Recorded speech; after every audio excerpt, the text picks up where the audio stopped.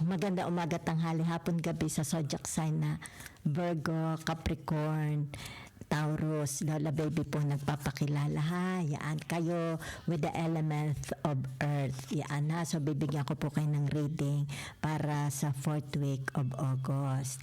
Pakakatandaan po, the energy is very fluid, pwedeng magpabago-bago. So let's see po the energy ha. Yan. Narito ang tinatawag believe in yourself. Yan ha. Okay. Sino pag ang bibilib sa inyo? E di kayo, di ba? Yan. Huwag ninyong i-put down ang sarili ninyo. Okay? Huwag ninyong i-belittle ang inyong sarili, ang inyong kakayahan. Okay? Yan. Kasi the more na binilittle mo ang sarili mo, the more na pinut down mo ang sarili mo, wala pong success na mangyayari. Okay? Lagi ikaw maniwala sa sarili mo. Okay, yan.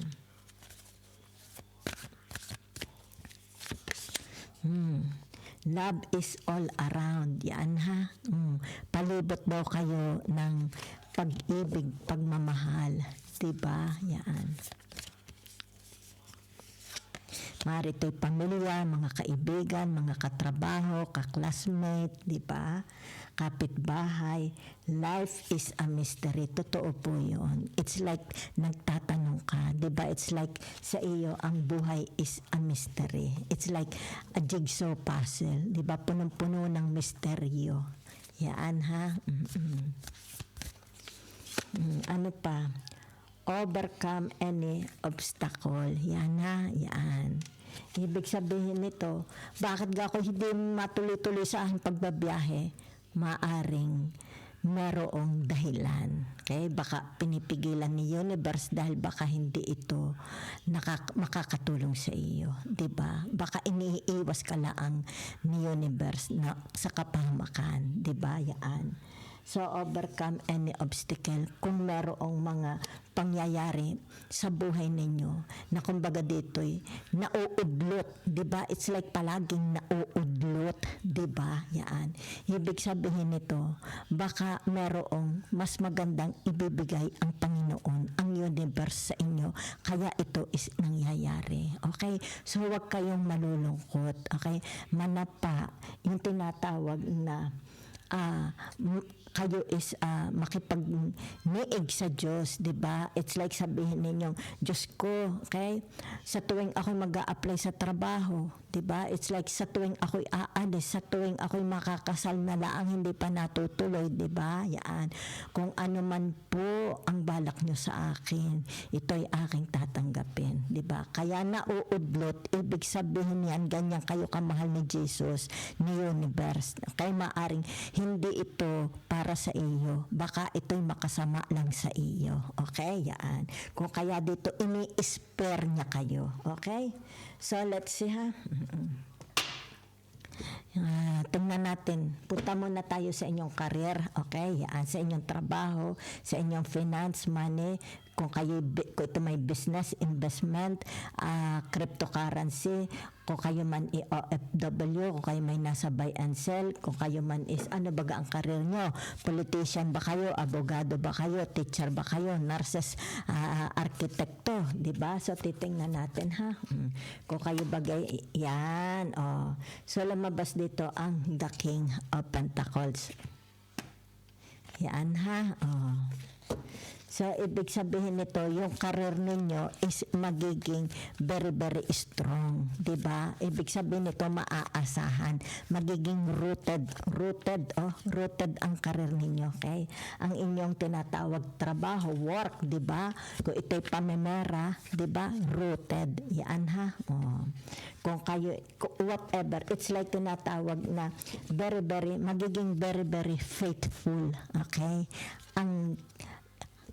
Ang nakikita ko dito, kakasihan ka ng malaking grasya. Diba? Yan o. Magiging very, very faithful ang inyong karir sa inyo. Sapagkat nakikita dito yung tinatawag na kahalagahan nyo as a person. Diba? Yan. Yan o. Narito ang tinatawag the Nine of Swords, di ba? Ano ang the Nine of Swords? It's about your mind. 'di ba? Yan. Kagulo, kaguluhan sa isip, 'di ba? The Queen of Wands. Okay? So anong ibig sabihin nito? The King of Pentacles, 'di ba? Yan. Okay? Ibig sabihin nito, tinatawag na stable ang trabaho mo, stable ang karir mo, pero nakaka-torment sa inyong kaisipan, 'di ba? Yan. Kung kaya dito, narito ang tinatawag the Queen of Wands. Ito yung tinatawag na it's about time, 'di ba? Yan. Ang nakikita ko dito, kahit maganda na ang iyong posisyon, 'di ba? Pero dito tormented ang iyong pag-iisip. Ito yung tinatawag na maaaring magdedesisyon kayo, 'di ba? An action. Maybe sabihin na nating tinatawag na maaring magre-resign ka, you will look for another career, another job, 'di ba? Yan. Kung ito'y investment, 'di ba? Investment, nakikita naman dito, it's like very very taxing, very very pressure, 'di ba? Kasi narito ang the Nine of Swords, 'di ba? It's like kumikita ka nga, pero it's full of pressure. Ayaw mo to. Yan, nakikita dito. Ayaw mo. Okay? Kasi the Queen of Wands, di ba? So, either ito yung tinatawag, ipo-pull out mo ang investment mo. Maaring ilalagay mo ito sa iba na hindi ka masyadong pressure, di ba? Walang anxieties, di ba? Kasi dito, nakikita. Yan, ha? Ayaw mo nang, gusto mo yung relax, di ba? It's like, tinatawag na, nakakapera ka, pero punong-puno ng tinatawag pressure. Okay? Yan. So, punta naman tayo sa inyong tinatawag na love romance. Yan ha, marriage man ito, single ka man, broken relationship, excess, o kaya widowed. Titingnan natin ha, kung saan po tayo dadalhin ha. Kung sino ang makaka-relate. Salamat po.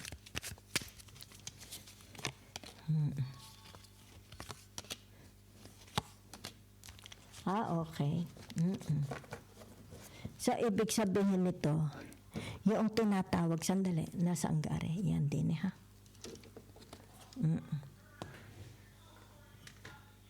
Yan. Tatyo ang tubig. Meron dito, di ba? It's like, ibig sabihin nito, maaring proposal, di ba? Dahil ito'y the Eight of Wands, di ba? Yan. Ito yung tinatawag na magpapangitan na sila. It's like, meet me in the middle. Yan ha, magpapangitan na. So maaring ito yung tinatawag, magpapakasal na sila, di ba? Maaring magpo-form na sila ng bahay, pamilya, di ba? Yan, mag-ano na sila, magtatayo na sila ng buhay, pamilya. Kaya maaring kasama na rin dito ang children, di ba? Ito yung tinatawag soulmate. Yan ha. So ito yung meron dito ang tinatawag mga ka-soulmate ha. Magkaka-soulmate. Yan. So ibig sabihin ito yung tinatawag meet me in the middle. Yan ha. Yan. Magtatagpo. Kumbaga dito tinatawag fulfillment of their dreams. Okay? Yan ha. So punta naman po tayo sa inyong tinatawag na family, kasama na ang friends, neighbors, society, co-workers, di ba? Kasama na rin ang siblings. Okay. Meron po kayong kasama sa buhay, di ba? Yan. Pwedeng kapatid, pwedeng magulang, pwedeng pinsan, relatives, di ba? Pwedeng friends, co-workers, okay? Ibig sabihin nito yung tinatawag umasa na ng umasa sa inyo. So, ibig sabihin nito, kaya narito ang tinatawag na the Seven of Pentacles, okay? The Six of Swords, and the Seven of Cups, okay? Ibig sabihin nito, yung tinatawag na hindi na, it's like umaasa ka, magbabago ang taong ito, diba? Hindi na po siya magbabago. Yan, hindi na po, okay? Kumbaga dito, acceptin mo na siya, di ba? Ito na ang faith niya. It's like tinatawag palaasa, 'di ba? Yan. Tamad, walang backbones. Okay, pwede kapatid mo, anak mo, 'di ba? Pinsan mo, magulang mo, relatives mo, 'di ba? Yan, baka side ng asawa mo, 'di ba? Yan. Ibig sabihin nito palaasa. Diba? So kung ang iniisip mo magbabago pa itong taong ito, maaring isang tao, 2 tao, 3 tao, 10 tao, hindi na po sila magbabago. Okay? Iyon na po. Ibig sabihin nito, tanggapin mo na ang kanilang tinatawag na katamaran, palaasa. Okay? Napakapalaasa nito sa inyo. Okay? Yan. Wag nyo na pong isipin dahil hindi na sila magbabago. Ayaw na nilang magbago. Okay? So, tingnan po natin ang inyong tinatawag na health. Yan, ha? Ay, teka, yan. Okay? So, nakikita ko dito yung tinatawag na napaka-conscious ninyo sa health. Yan, ha? Very, very conscious kayo sa health. Okay? So, maaring sabihin na natin dito, very conscious kayo sa health, pero tinatamad na rin kayo. Kumbaga dito, ang tinatawag na parang routine, di ba? Yan. Nagiging very, very routine na rin sa inyo. Kasi narito ang the 9 of swords to the king of swords at saka tinatawag na the hangman. Di ba? Yan. Very, very conscious kayo sa health ninyo. Okay? Pero nagiging routine na, nakakasawa na rin. Yan na. So, maaring ito yung tinatawag na gagawa kayo ng iba. Okay? Tinatawag na maaring sabihin na nating running or whatever, 'di ba? Yan, okay? Kasi narito ang the king of swords, okay? Yan. So it's like tinatawag, baka ito'y sabihin na nating sa bahay lang ninyo ginagawa, 'di ba? Yan. Pero nakikita dito very, very routine. Yan, ha? It's like iyot iyon. Nakakapagod, 'di ba? Yan.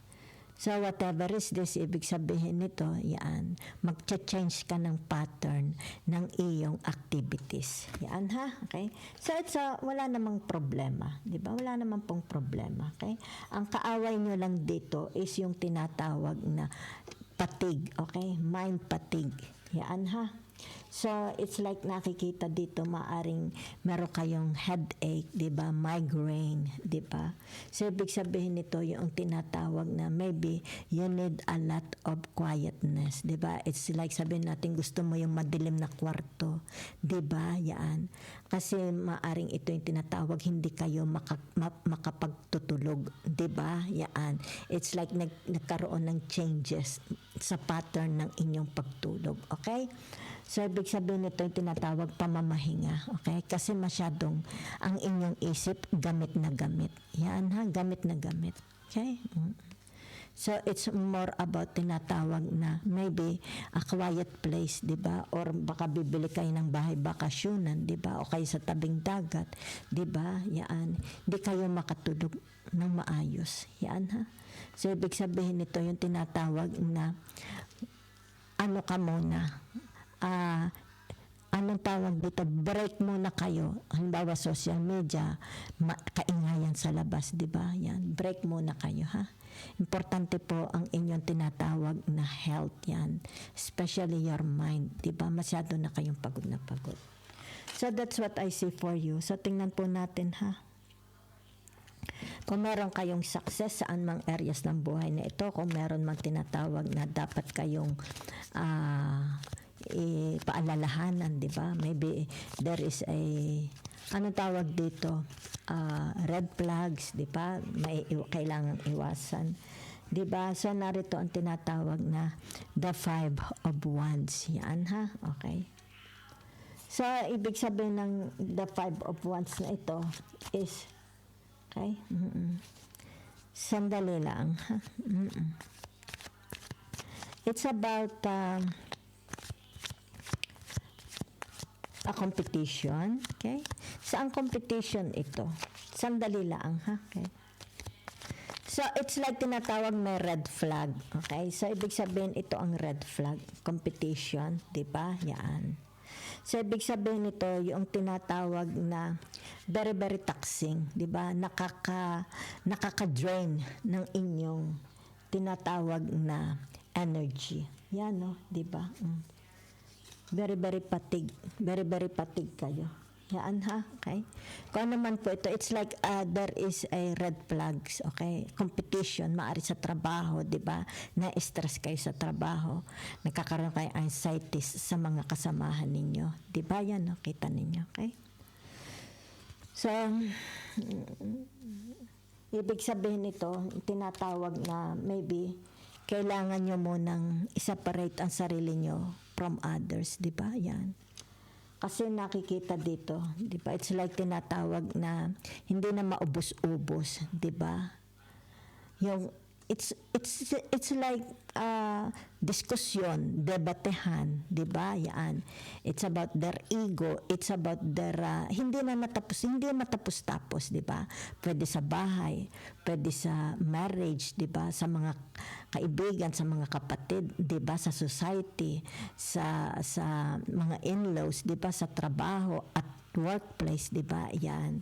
So, ibig sabihin nito yung tinatawag na try to it's like tinatawag create a quiet, peaceful, okay?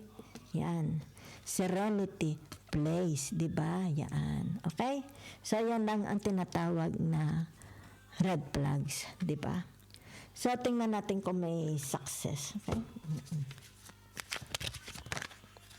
Sandali, okay? It seems like, okay? Tinatawag ditong, it's like you will receive success. Yan ha, okay? You will receive tinatawag na wealth. Okay? May wealth na papasok sa inyo.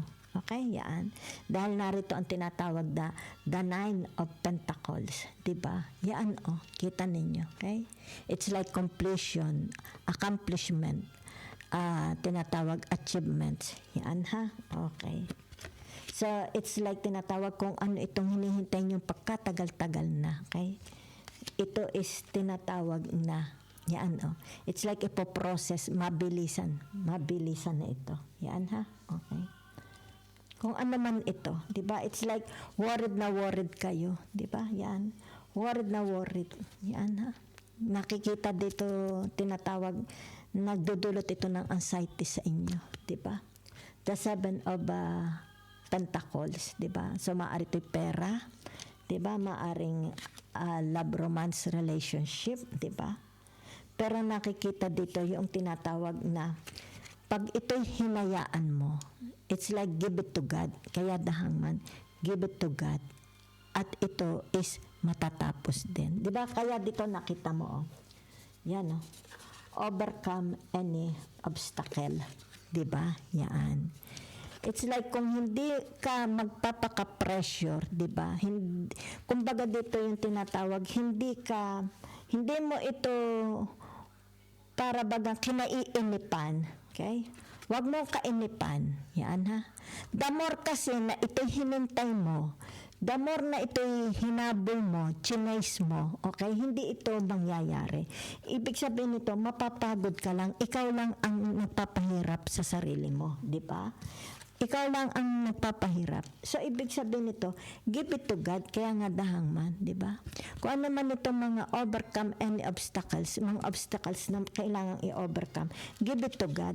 Kasi naririto, it's like tinatawag na, yung mag-relax ka lang, di ba? Kalmado ka lang. Yan. Ibig sabihin nito, ito'y darating sa iyo. Huwag mo lang itong hanapin. Okay? Huwag mo itong ipilit, 'di ba? 'Yun lang naman. Okay? Yan, huwag mong ipilit at ito'y kusang darating. Yan ha. So maaari 'to'y sabihin na nating trabaho, 'di ba? Increase, 'di ba? Maybe pag-ibig, 'di ba? Maybe sabihin natin mga dokumento, 'di ba? Sa trabaho, 'di ba? Yan. Ikaw kasi ang nagpapahirap lang din sa sarili mo, 'di ba? Kasi kumbaga dito nakikita na kinaiinipan mo. Yan, kinaiinipan niyo po, ha? Huwag. Relax lang po kayo. Give everything to God at ito is mapapasa inyo. Diba? Kaya nga dito, ito yung tinatawag na huwag mong ipilit.